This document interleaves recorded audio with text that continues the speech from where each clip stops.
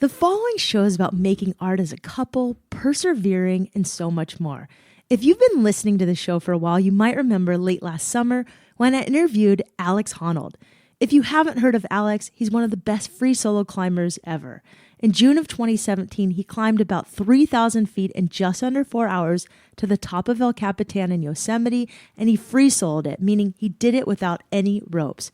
Here's a little bit of our conversation from last year, and it's important because next we're talking to the people who filmed Alex's amazing accomplishment, which has been nominated for a huge award.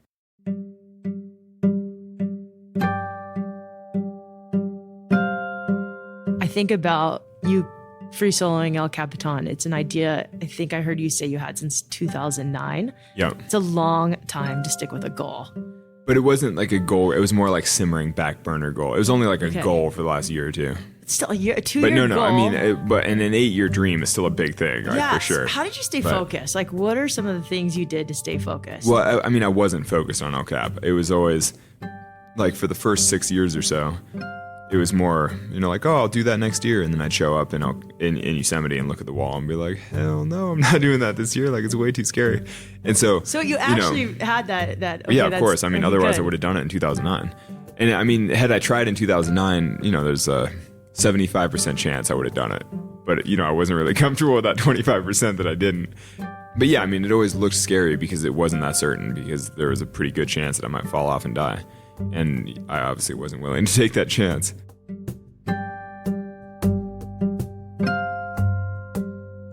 That climb was a huge accomplishment, and conveying it on the big screen, an amazing feat. Jimmy Chin and Elizabeth Chai Vasarhelyi, two accomplished documentary filmmakers, turned Alex's climb into a powerful, terrifying, and beautiful documentary called Free Solo, which was recently nominated for Best Documentary at the 2019 Academy Awards. Here's just a quick taste of the film before we hear from Chai and Jimmy. In this clip, you'll hear Alex, his girlfriend Sonny, one of the best all-around climbers in the world, Tommy Caldwell, Jimmy Chin himself, and Alex's mom. Here's the trailer.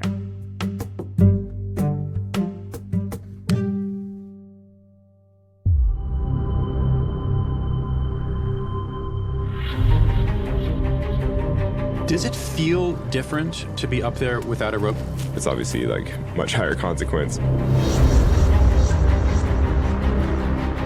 People who know a little bit about climbing, they're like, oh, he's totally safe. And then people who really know exactly what he's doing are freaked out. I've thought about El Cap for years, and every year I'm like, that's really scary. I'll never be content unless I at least put in the effort. El Cap is the most impressive wall on Earth. It's 3,200 feet of sheer granite. It's the center of the rock climbing universe. Obviously, I get interview questions about it all the time. Oh, would you like to do that? And you're like, yes, for sure. So you have a girlfriend now, I heard. It's awesome. Pretty much makes life better in every way. It's really hard for me to grasp why he wants this. But if he doesn't do this stuff, he'd regret it.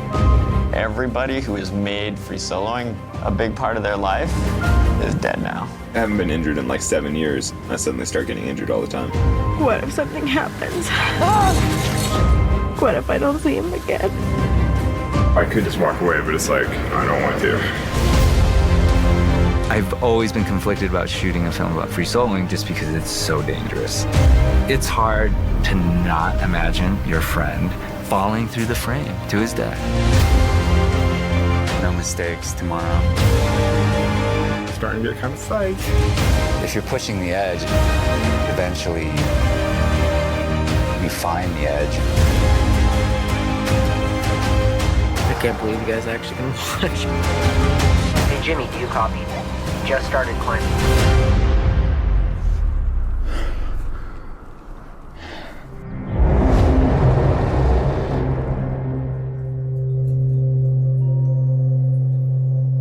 I'm Shelby Stanger, and this is Wild Ideas Worth Living.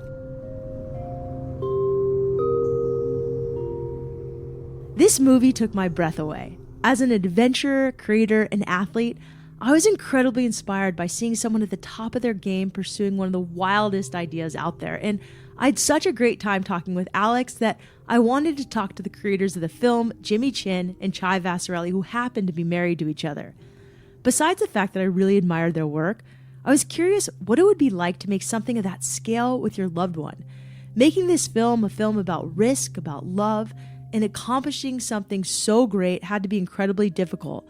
And doing it with your significant other had to come with its own set of challenges. I was lucky to catch Jimmy and Chai when they were in town in Los Angeles for a big award show. We started our conversation from the beginning of their relationship. I'm just curious, this podcast is close to Valentine's Day, and wondering how you two met. You're so good at telling that story. Oh, really?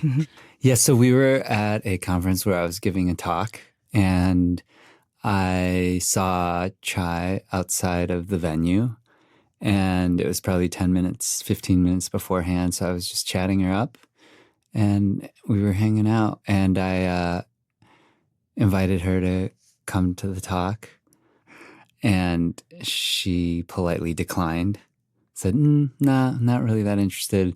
And then I had to go on and give a talk. But it turns out she did go see the talk and was clearly very, very impressed. Blown away, in fact. But what happened was that Jimmy was giving a talk about Meru, this, incredible climb that he did with Conrad Anker and Renan Ozturk. And it's essentially a story about failure and then then returning to something and succeeding. And I was there at the conference with one of my best friends from childhood, who's a professor at Harvard on studying social justice, but she was writing a book about failure. And I was like, you got to meet this guy. He's got this amazing failure story. And then Jimmy kind of hung out with us all weekend and we became friends. So what attracted you to each other? Jimmy, I'm curious. What about Chai? I'm sure there was lots of girls who were like, he's a photographer. I mean, when I was in my 20s, all you had to say was, you're a professional surfer, a photographer, a boat captain. That gave you a little bit more of an in. It's probably the fact that she wasn't at all interested. It's awesome. Just kidding. But no, I think actually the first thing that made me kind of perk up was her sense of humor. It was very dry, very cutting, very smart. And, I think within the first 5 minutes of hanging out with her that evening that I met her, she made a couple comments that had me dying inside because they were really spot on, but really sharp. And, I think that gave me a sense of, her humor, but also her intellect and her insight into the world around her and her observation of the world and her, I guess, perspective, which I thought was really pretty incredible. So that was probably the first thing that I noticed about Chai. And then I brought a rough cut of Meru to her, and, I knew that she was a documentary filmmaker, a serious documentary filmmaker. And so I wanted her to take a look at the film. And over the course of kind of corresponding over the film, we kind of got to know each other. And I met with her in New York. And yeah, things went from there. What year was this? About when you guys this first was met? 2011, yeah. And it sounds like you guys came from somewhat similar backgrounds, or maybe it's because I heard it on Rich Roll's podcast that you both said you had tiger parents. What does that mean?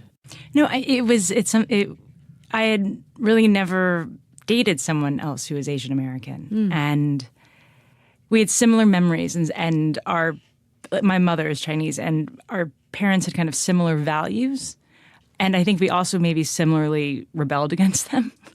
But also learned those lessons that were important in terms of discipline and excellence and determination. But the joke is I think Jimmy can handle my mother better than I can. He's very experienced with elder Chinese women. That sounds funny. And they love you, I'm sure. So I think it's really interesting. When I interviewed Alex, he talked about how one of his parents was a professor. And I read that your parents...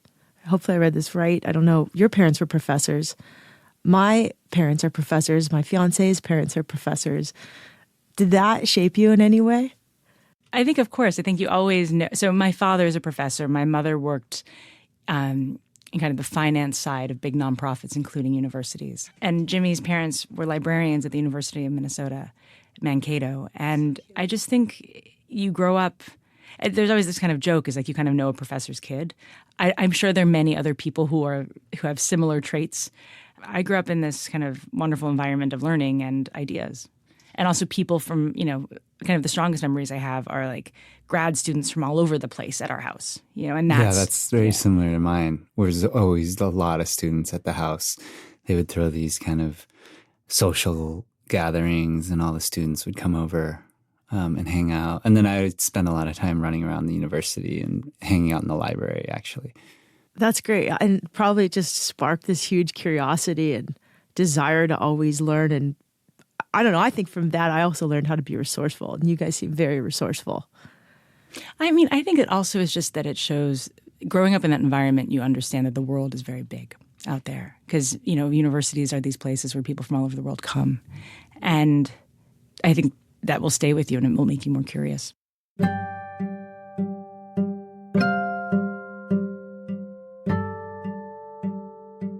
Chai and Jimmy are some of the most creative, thoughtful, and disciplined people I've met, and this definitely comes through in Free Solo. It probably also helped that they've worked together before.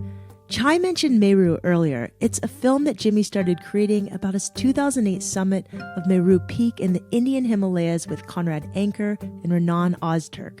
Chai joined the filmmaking team later. I'll let her explain. So Free Solo wasn't your first project you worked on together? Well, we directed Meru together, but I came in later. And it was different. It was a really, we were falling in love, and it was urgent to me to help Jimmy best express this incredible and inspiring personal story about friendship and obsession. And also the footage was, I just remember when I first saw this, collection of footage, this rough cut they'd put together. And, it expressed all of the kind of the most, powerful parts of who Jimmy is, be it this amazing connection to the outside, to the outdoors, to the, kind of the earth, or this discipline, this camaraderie, this loyalty to his friends, loyalty to his family, and a guy who's clearly very, very good at what he does, and the imagery. So that was like, Meru was different, and it was a really special journey for both of us, I think. But Free Solo is special in a different way because we started it together. And I think it's a good example of kind of the marriage of our talents, no pun intended, where, there's no one who can bring a more intimate, insightful kind of look or gaze to the climbing world, as well as Jimmy is the best guy to direct this stuff in the vertical space. But also like in terms of he understands climbing from the inside too. Whereas for me, I am an outsider and was interested in different types of questions, and the sheer magnitude of the production, be it they were on the wall all like hours and hours and hours a day. And, we're also interested in this intimate, the intimate side of Alex, and also, his family, his background, where he's going personally. We needed both of us. I'd love for you guys to dive deeper into what your exact roles were on Free Solo and how they complemented each other. Let's see. I mean, there's so many facets to every film. And we're, very interested in making a film that has a lot of emotional depth, but also we wanted excellence in all levels of the craft, visually, the storytelling, the narrative, the editing, everything else. So we bring a few different things to the table. And I think Chai already mentioned that she, is more of an outsider. She can be a lot more objective to the story. And while I'm an insider, I can bring a lot of the nuance and understanding of the culture and the spirit of, Alex's endeavors. But those two play off each other very well because I think you need both to tell a full story. And so that's one of the ways we function, is that we kind of balance this internal gaze and external gaze at the story. And then, of course, there's the kind of logistical aspects of filming it and shooting it and how we wanted to do that. And how do you manage, produce, direct on a big wall in Yosemite or in some of the other locations like Morocco, putting together the right teams and what kind of people you needed, understanding what kind of space that Alex needed, which was really important in this film.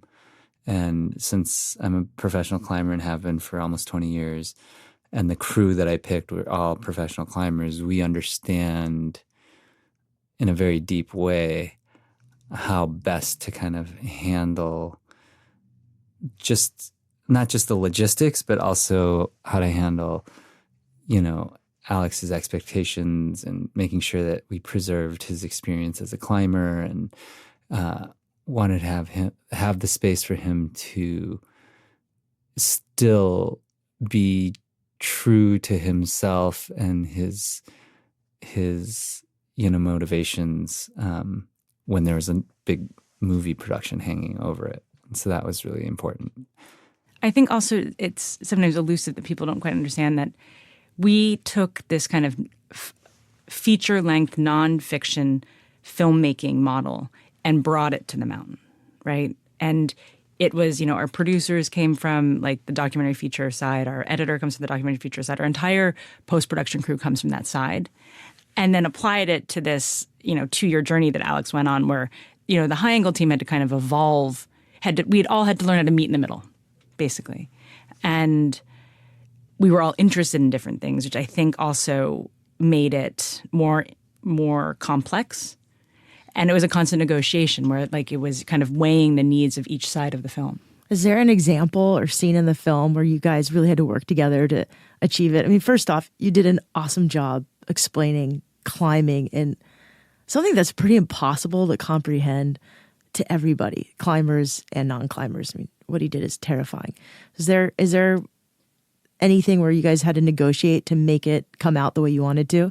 I think that a good example is this idea of preserving the experience of Alex, preserving Alex's experience, which means, which I didn't fully understand, and then Jimmy explained it to me, was that kind of protecting Alex's experience of the climb itself. Like he should still enjoy and feel and live his free solo of El Cap the way he would live it if we were not there. But to a non-climber, it's the idea, the way you want to say it is like preserve Alex's experience of the climb. And, to a non-climber, we're like, he's climbing, it was a very elusive idea. And it was something that, Jimmy said was very important. So we put it in, we lived with it for a little while, then we took it out. And, the film, that's just the way docs work. Like you keep on working with the material, try to refine.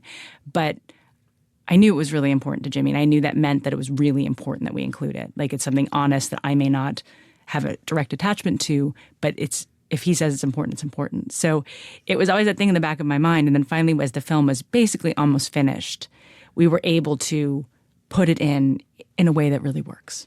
What's the way that you're talking about? I'm a little lost on this. Well, when you're on a production and you climb for the love of climbing, and there's all these people around you trying to film, it's very disruptive, it's very distracting, it can feel like an obligation, it can feel like work. And, for Alex to free solo El Cap, this was such a monumental achievement. The idea that we were going to take that experience away from him and make it feel like work was, in my mind, unacceptable, because I know how precious it is to get to that point. And I've always prided myself in filming in a way that wasn't disruptive. Like I pride myself in shooting in a way where I don't have to stop people and disrupt, their flow and their experience. That's not always the case by any means. Sometimes you just have to ask and be like, hey, can you give me 5 minutes? I'm going to get up ahead and I'm going to get the shot. I mean, that happens. But in a perfect world, if I could execute perfectly, people wouldn't even know that I'm filming and they were just going to have their experience. That's important because I know what it feels like to do something that I love and then have like a totally unprofessional crew that's a little loose and disorganized, and you're standing around and it's actually really not a very positive experience. So, to execute a perfect production, I didn't want Alex to have a negative experience, especially on this solo that he's dreamed about for 10 years. So that meant you had lots of rules in place, like you weren't allowed to talk about. Guidelines. Yeah. The guys had to be dialed. You That's referred why to it our as, crew was so badass. Can you share some of those techniques? Because I love how some of the things you did to make that happen. One of the things that you really, if you're a professional climber and you're working with a film crew, I mean, when you have to wait around because they're not efficient, they're not knowledgeable, they're a liability and they're dangerous up there. They don't, I mean, those are all the things where, if you're a professional climber and you work with a crew, you're hyper conscious of their capacity to move around on the wall and all these different things. Just their skills as climbers. It becomes very apparent. You can't hide that stuff. So this team was hyper efficient. They were all world-class climbers, and they were all professional climbers as well. So they're all very sensitive to the needs of the subject. And we really wanted to be sensitive to the needs of Alex because the stakes were very high on all kinds of levels, personal, physical, spiritual, in a way. But so we spent a lot of time making sure that we were so dialed that it was always, and even if we weren't perfect all the time, Alex knew the kind of efforts that we were going through, and we were really, really tight production on that wall in order to make this happen. And I think he was very conscious of that because you can work. And Tommy said that too. When Tommy was like, "This is the Tommy tightest, Caldwell, this is the tightest production I've ever been on." I mean, we wanted to be super dialed. But I also think that's professionalism, and I think Chai comes from a real nonfiction, serious, filmmaking background. She also brought that expectation to our production in a different way. And so I think everybody raised their game to be the best that they could be on this shoot.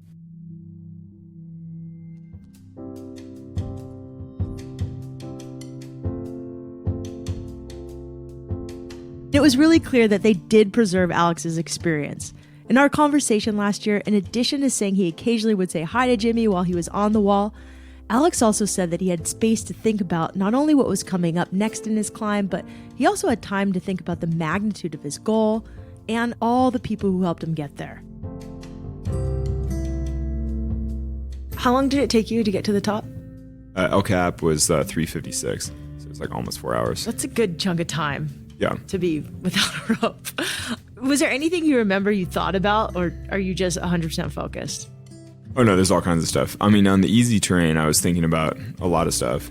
On the hard stuff, I was, on the most difficult sections of the route, I was 100% focused. Empty, blank mind, just performing. But so much of the climbing on El Cap is, 5'9" hand cracks, like really technically easy climbing. So I was thinking about, anything. So low on the route, I'm thinking more about what's to come or what's happening. You're thinking about the whole experience ahead. I had a wave in the middle where I don't know why, but I was kind of overcome with gratitude for all the, it's kind of like a powerful experience. Yeah. And so I was thinking about all the different partners that I'd worked with on the route. And then up high, I had a few pitches where I was just thinking like, I am the man, like I'm crushing this. Like, this is so amazing. I feel terrific. And then just as quickly being like, relax, deep breaths, like you are not the man, you have to finish, because it's really easy to be like, I'm killing it, I'm so good. And then your foot slips and you're like, and I'm dead. Yeah, it was awesome. Like it was a really good experience. There was things that you did. So besides having an excellent crew and being so well trained, you didn't ask him when he was going to climb.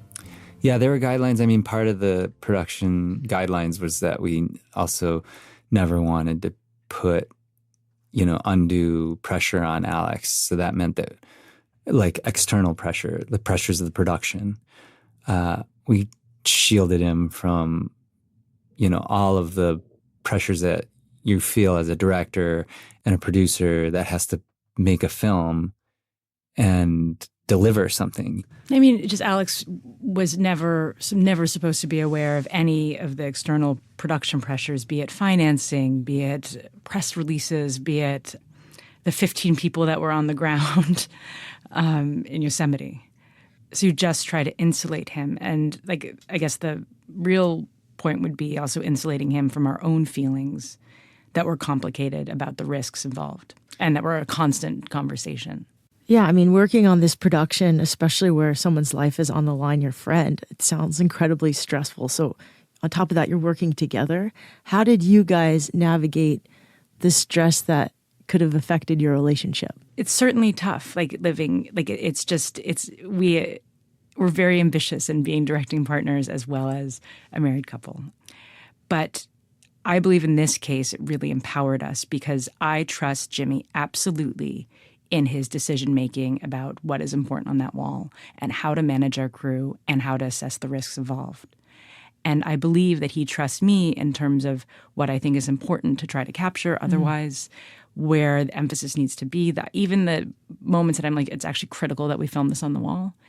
And so that kind of, it makes it a very productive conversation, not necessarily a conflict because we have that trust. Yeah, there wasn't really any issues, I don't think, around how we work as directors so much. I mean, there's some push and pull for sure, I guess, where we're kind of questioning just to understand something. But, you know, I don't ever doubt what level of kind of excellence she wants to bring to the production. And, you know, I definitely trust her instincts on the narrative and how that's going to play out and what people are going to get and what people aren't going to get and what we need in terms of like the story or in terms of something around climbing where I'm like, well, people will understand that, right? And she'll be like, no. And I'll be like, okay. Like, what was an example where you had to come in and explain climbing a little bit better? Well, it's actually in Meru. What people sometimes ask us, what did we learn in Meru and bring to Free Solo?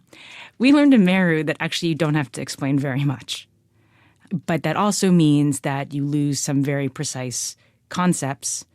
So you don't have to explain very much because it's kind of not that important to the story. Like if it reveals something about your character or pushes the action forward, great. But the details of how to climb, we were like, it's really important that you understand the 3 hardest parts, that you understand what differentiates them. But, you know, particular moves, there's only one move that we really had to express and like explain.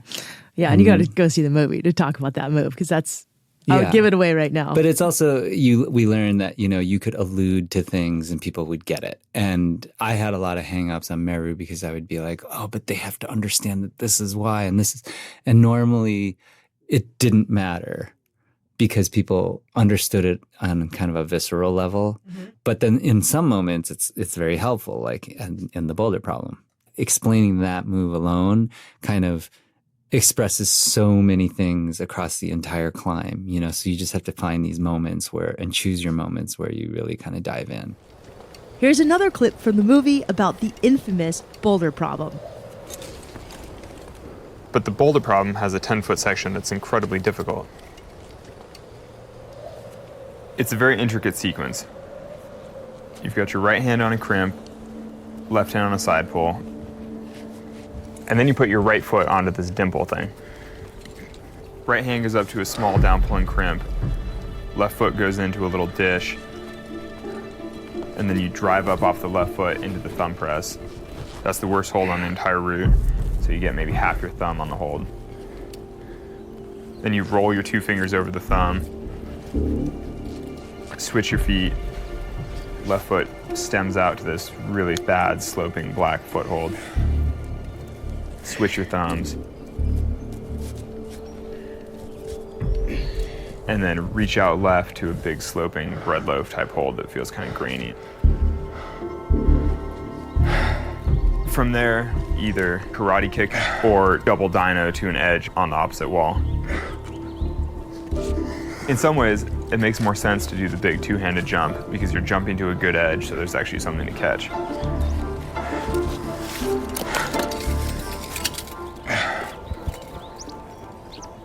But the idea of jumping without a rope seems completely outrageous. If you miss it, that's that.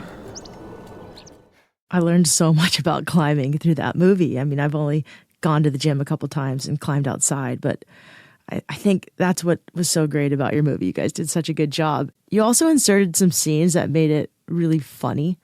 Whose decision was it to keep the guy in the uniform in the mountain? Well, that wasn't a decision. Like that, there was absolutely clear. It always had to stay in. There was really no question. It doesn't get any better. Where Alex, who is a unicorn, is attempting the unicorn endeavor, and suddenly there's a lavender unicorn on the mountain with him. I'm going to interrupt just so you know what we're talking about when we're talking about this unicorn. So Alex is starting his climb up El Cap, and there's a guy sleeping on a portal ledge, and he wakes him up, and he's dressed literally in a unicorn suit. It was one of the most magical moments in the place where unicorns should come from, which is Yosemite Valley, like the most beautiful place on earth. Yeah, I joke and call Yosemite the unicorn mating grounds. Yeah, it's so just, the fact that there was a unicorn on the climb, like right in the middle of the climb, was amazing. I mean, we should have probably titled the film The Unicorn, but that wouldn't have flied, really. But so one, in terms of the boulder problem, we were very careful where we put it, like where we put these explanations in the film. So by the time you get to the boulder problem, a person who doesn't understand climbing can be involved. But another example is the word pitch. Like, what is a pitch? It's very clear to climbers what a pitch is. Non-climbers can guess. It's like a pitch, but they think of pitch like the slope. So we never explain it. It's fine. People talk about it. You get it. I learned what a pitch was in that film. Yeah, you get it. You get it. Yeah. When we come back, Jimmy and Chai talk about working with each other and how having their 2 young kids around the crew in Yosemite affected the mood. Plus, what they do for fun when they're not filming and what project they're working on next. First, a word from our sponsor.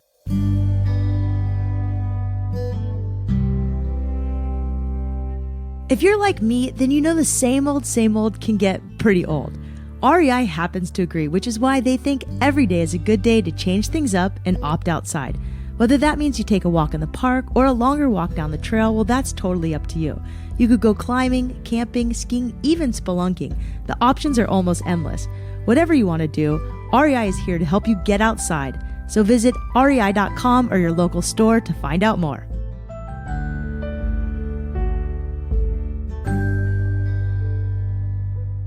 It wasn't just the stress of their friend attempting this massively risky feat that Jimmy and Chai had to deal with, but they had 2 small children of their own.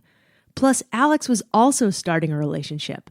You guys already have, you seem like you have pretty zen personalities. You're a little different than a lot of Hollywood producers and directors, but I could tell you have some fire in you too.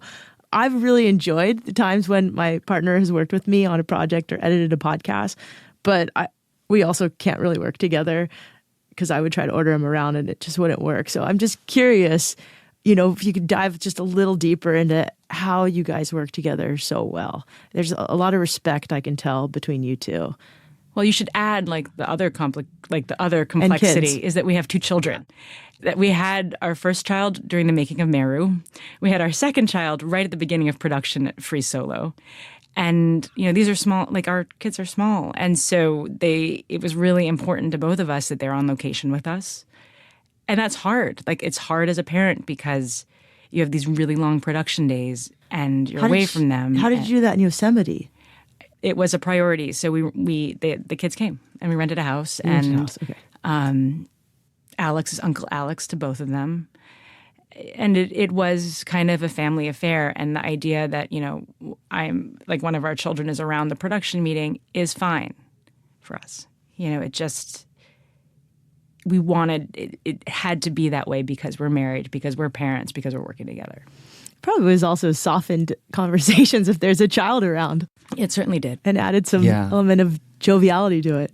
Yeah, the crew, all these burly climber guys and, those are all of the people that Marina kind of grew up with and running around with. And so it's really cool for us to be with our crew and having them see the kids growing up. And it was really a big family affair. And I felt like that, which made it really special. And also Tommy and Becca's children are Caldwell are exactly our kids' age. That was super fun. Going trick-or-treating in Yosemite at the ranger's office as a family. There were some incredibly memorable moments.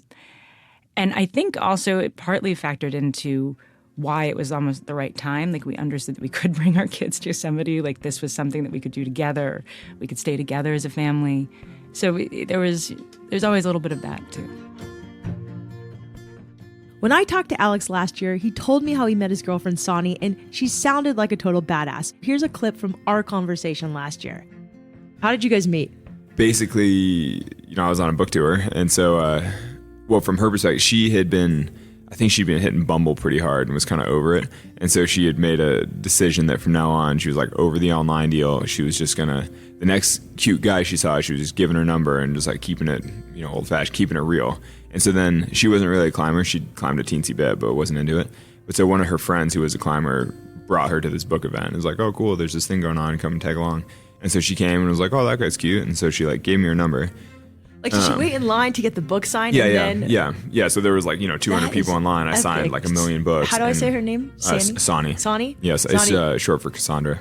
Sonny, you're my hero. Okay, so Sonny's a strong, proud woman. So she just gives you her number on like what, a piece of paper, a bookmark? Yeah, just a little piece. It said something like, because you made me laugh, something else, Sonny with a phone number. I was curious about how Sonny was going to be portrayed in the film, and I was surprised at how much I felt for what she must have been going through. I knew that Jimmy and Chai must have been incredibly thoughtful about how much of a role she was going to play in the film and how they portrayed her character. Plus, as good friends of Alex, they would have had some insights as to what he was like in a relationship. I love that there's a love story within the film. I thought Sonny's character was so interesting and fascinating, and I know a little bit more about what she does now outside of the film, but I thought you really described her character well, and it was complicated. And there was a guy behind me in the theater who was like, that girl's annoying. And I literally wanted to turn around and slap him because I could feel what she was feeling. I mean, her love of her life is about to put his life on the line, but it was a 9-year dream or something for Alex, and they'd only been in the relationship 6 months. Did you give her relationship advice, or how did you? I think that Sonny's character has a lot, like the space and thought that we put into how important Sonny was to the film has a lot to do with Jimmy and my relationship. It's true. It's just that I can deeply empathize with Sonny's situation.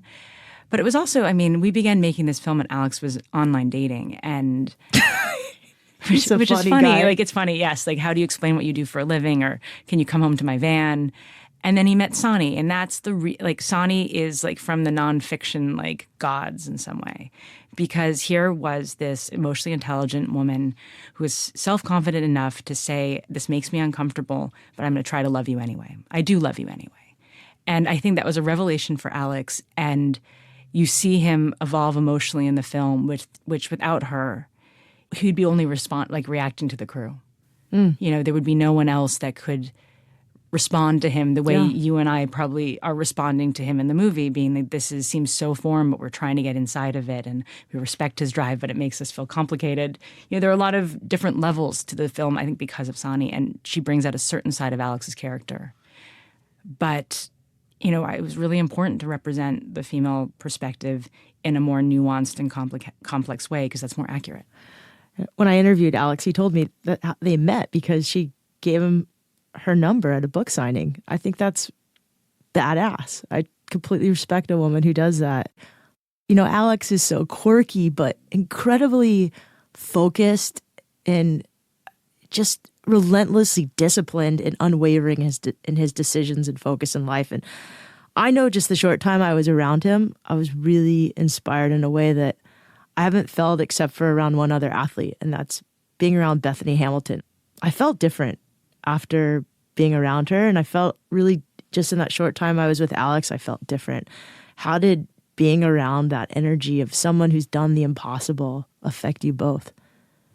It gets back to why we wanted to make the movie to begin with, which was it was incredibly inspiring.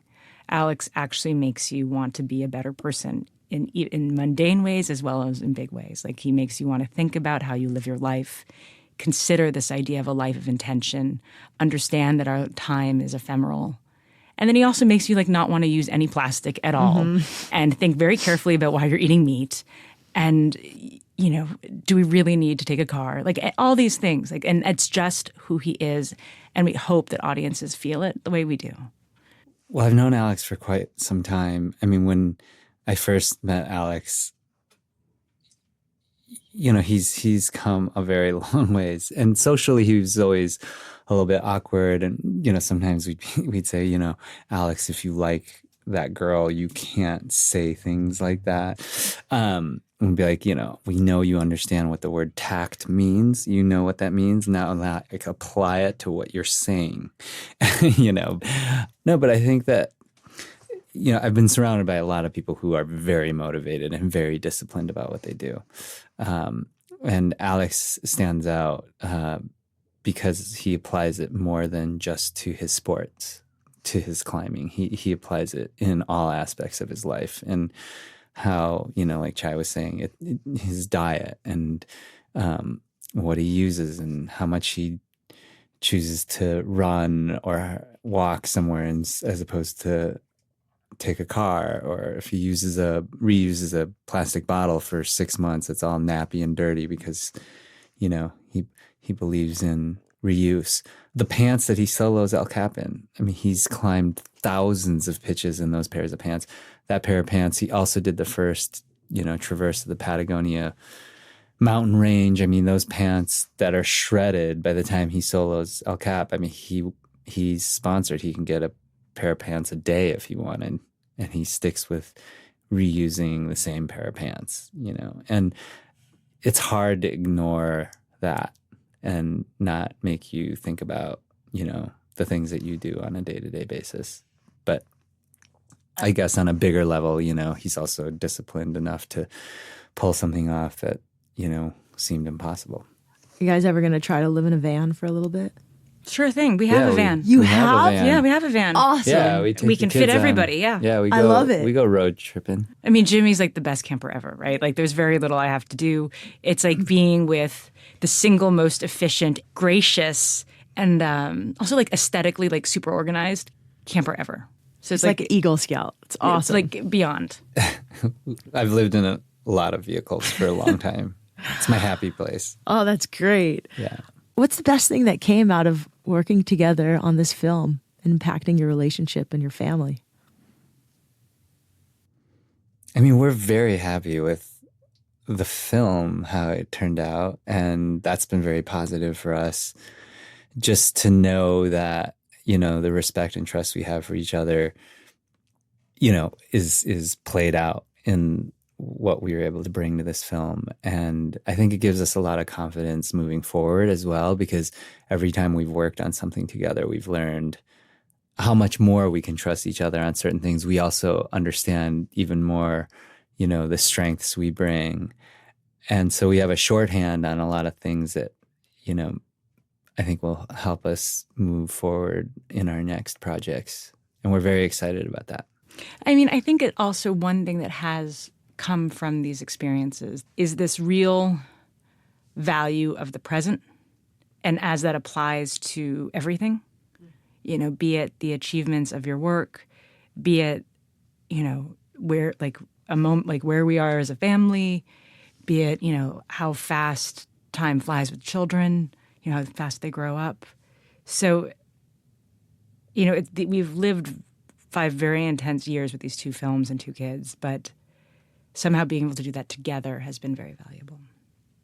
Any advice to people who want to make art as a couple and stay married?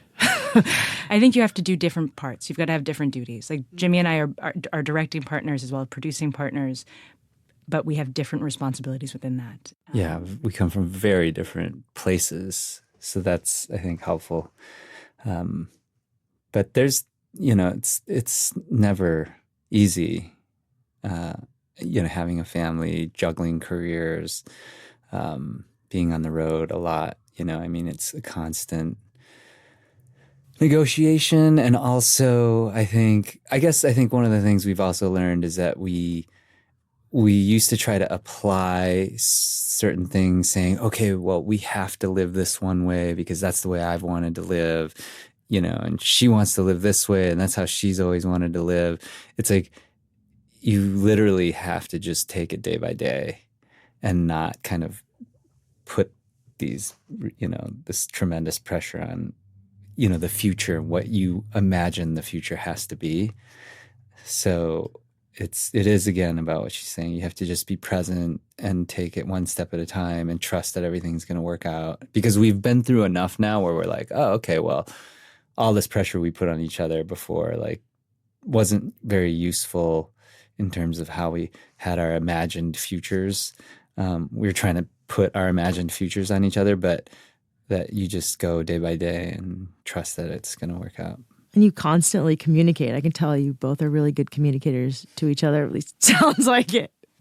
I mean, I think one of the real challenges is we end up talking about work more than other things when we really should be talking about other things. And it's just it's like super interesting and we're super engaged. Yeah. And it's a whirlwind right now. It's a too. whirlwind. I mean, there's so much happening, and what we're hoping to do in the future. I do think that we both have similar ambitions, and I think we both have a fairly good view on what we can bring to the table. So we're excited, and so it's not like there's certain things that we don't have to talk about because they're understood. Like, we know where we want to go with our work and what we'd love to do and what's exciting to us and what works. And so that's fun. Any other values as a couple that you really try to honor when working together? I think the respect thing is probably the biggest, because I think that applies across the board beyond just partners. And, when you're working with somebody and, you want to find someone that you respect, that you work with. So I think we also really align that the work we do has to be meaningful. Has to be meaningful for us, probably has to have, hopefully make the world a little bit better. And certainly it has to be executed with best practices, be it, our employment policies, like how we treat our crews, like it just, the diversity that's within our crews, like it's just, in order to do anything, or in order to leave the house and leave our wonderful children, like it has to be meaningful. After talking to Jimmy and Chai so much about the film, the making of it, the impact of the process on their relationship, what they learned, I wanted to know what they do when they're not filming critically acclaimed documentaries. So tomorrow, when people are listening to this, will be Valentine's Day. And taking your date to Free Solo is a great idea because it's terrifying. You're going to want to grab onto your partner. I think the most important part is that you're going to want to grab onto your partner really, really tight. Besides taking your partner to Free Solo, what's a great date that you guys like to do? We like to ski and we like to eat yummy things, or go to the movies, or go or go to the theater. Like actually, staying home and watching a movie together is like pretty precious. But no, we go out because we go out so much for work, and when we're in New York and to see our friends. I mean, we love, our social lives as well. But I think when we go out to eat, we like to eat good food. And we like to explore that. And it's not like fancy food. Like we like to go find like the new interesting hole-in-the-wall Asian food, or like eat Korean food, or just like... There's dim sum down the street. That's supposed to be really good. How do you guys do Jackson Hole and New York? As best we can. So do you live in New York and you live in Jackson, or you both just split time both places? We've just been all over the place. You're just all over the place. Yes. Yeah. That's a great combination. The city and the mountains. You just need a little house now on the beach in Encinitas or Hawaii. Well, I used to have a place. I had a place in Mexico on the beach. There you go. In Sayulita for 10 years. Wow. The trifecta: ocean, mountains, and the city. That is incredible. But that's still the trifecta. I sold the house because I felt like it'd be more fun for us to travel to different places. So we were just down in Costa Rica not that long ago, and we like to have some surf time, ocean time for sure. Making a feature film, the publicity that comes along with it, and now all the press and transporting from screenings to award show, I imagine it'd be easy to get a little overwhelmed, but Jimmy and Chai seem pretty cool, calm, and collected. I had a feeling that even though they were still in the middle of showing their last project with Alex, they were probably already thinking of their next big project.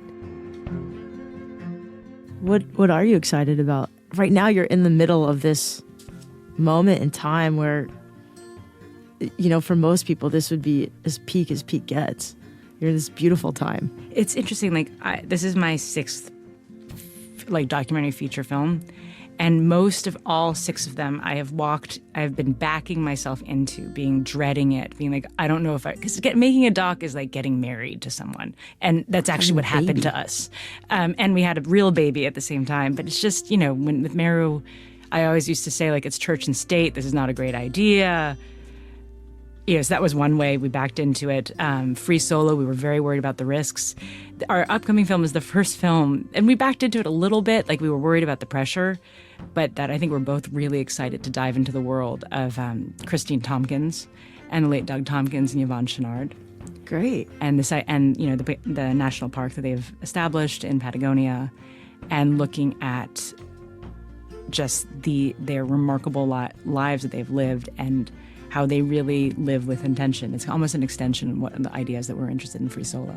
And also they're so private, they've never really shared these stories. But it's a lot of pressure too. But I'm excited to think about those ideas and spend time with these amazing people. I love this concept of living with intention. I think that's exactly what you pulled off so well and what attracted me most to this film.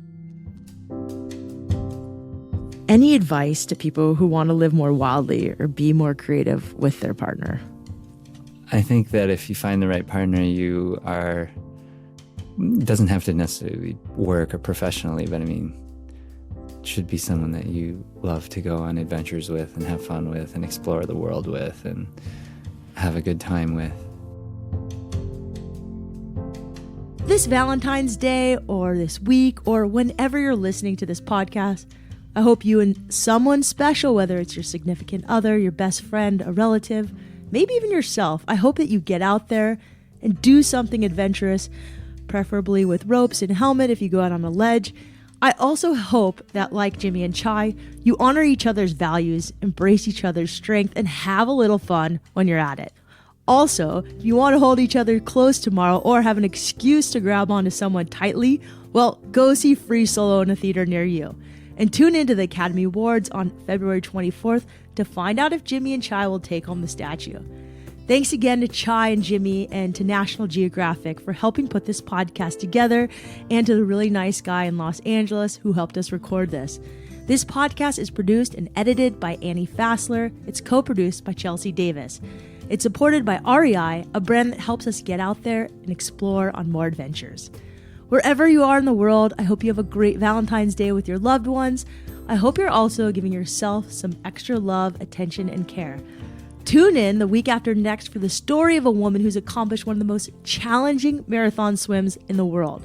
In the meantime, remember, some of the best adventures often happen when you follow your wildest ideas.